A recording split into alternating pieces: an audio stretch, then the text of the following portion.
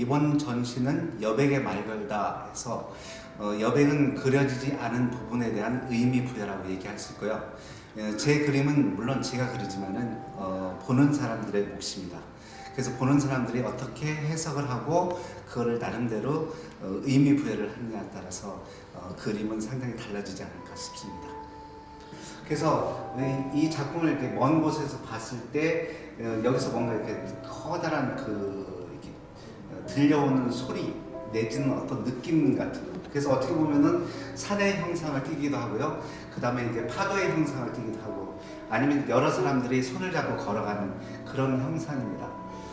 그래서 저는 이 작품을 보시는 사람들이 스스로가 그냥 어떠한 그 생각의 소리 같은 것을 느꼈으면 좋겠고요. 아니면 작은 우주, 소우주라고 얘기를 할 수 있습니다. 그리고 물고기가 등장하면서 물고기는 사람을 형상화시키는 것입니다. 그래서 물고기가 스스로가 대화도 하지만은 타인과 보는 사람과 같이 그 대화를 하는 겁니다. 그래서 저는 이 전체적인 그 배경이 될 수도 있는 부분과 그 다음에 여기 이제 이렇게 주인공적인 이런 부분들이 서로 어떠한 것이 딱 떨어지는 주인공이 아니라 스스로가 아니면 서로에게 그 말을 거는 그런 것입니다. 그래서 여백에 대해서 말을 건다라고 얘기를 할 수 있겠습니다. 각자의 해석이 중요하지 않을까 싶습니다.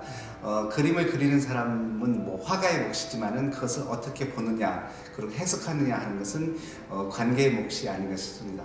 저는 그 수묵을 사용하기도 하고 아크릴을 사용하기도 하고요. 그 다음에 조형물, 그 다음에 세라믹 같은 것을 만들긴 합니다.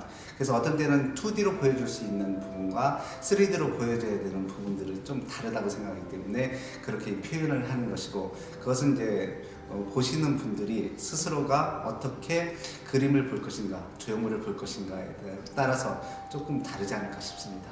여기에 보여주는 작품은 수묵과 그 다음에 그 하이퍼 리얼리즘적인 그 사과를 아주 디테일하게 그림을 그렸습니다.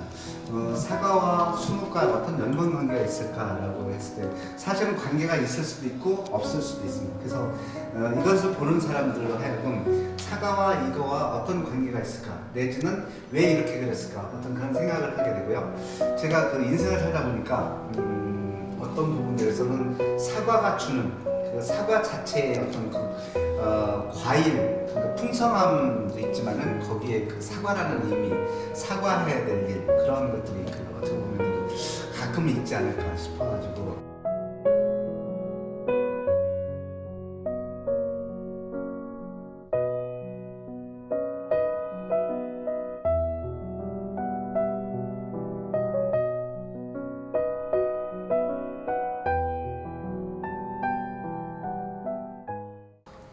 저는 뭐 태어날 때부터 그림을 그렸다고 얘기하는데, 꾸준히 이제 작업을 하고요.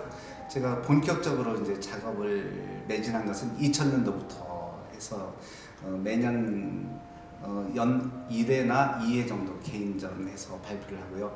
그 다음에 이제 키아프라든가 그 다음에 단체전 같은데 계속 꾸준히 작품 활동을 하고 있습니다. 이제는 17회 정도 되는 것 같아요.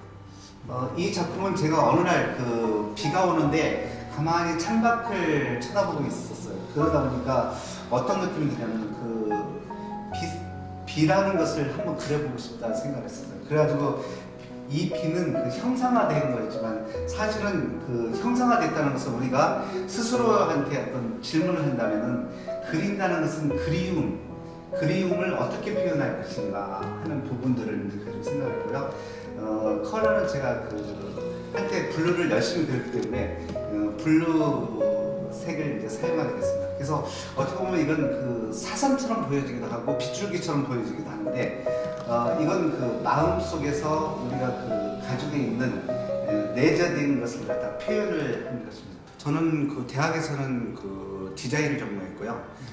학부 때도 디자인했고, 이제 박사를 저는 일본의 니혼 대학에서 예술학 박사를 했는데, 그때 저의 스승님이신 도쿠하시 소조라는 분이 그분께서 저한테 그림을 권유를 하시더라고요.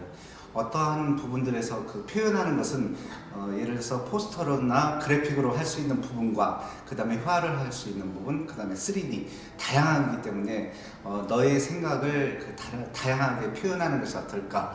그래가지고 그 어떻게 보면은 그건 그 바우하우스 개념하고 상당히 일치되는 부분들이 있으니까 저한테 그 조용성에 대해서 조용의 표현 그런 것들에 대해서 스스로가 이렇게 국한을 두지 말고 다양하게 전개를 시켜보라 하는 그런 제안을 받으면서부터 작품의 탄력을 받지 않았나 싶습니다.